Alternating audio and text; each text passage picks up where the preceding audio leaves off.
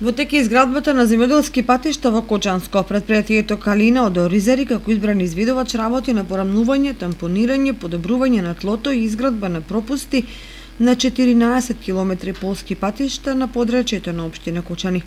Земјоделски патишта се градат во катастарските општини Кочани и Оризари, односно Грдовци, Горни Подлог, Долни Подлог, Мојанци и на неколку локации во Прибачево и Тракање. Целта е да се олесни работата на земјоделците, поддршката во подобрувањето на земјоделската инфраструктура во Кочани е една од мерките на единицата на локалната самоуправа со која се создаваат услови за полесна и побезбедна работа на земјоделските производители.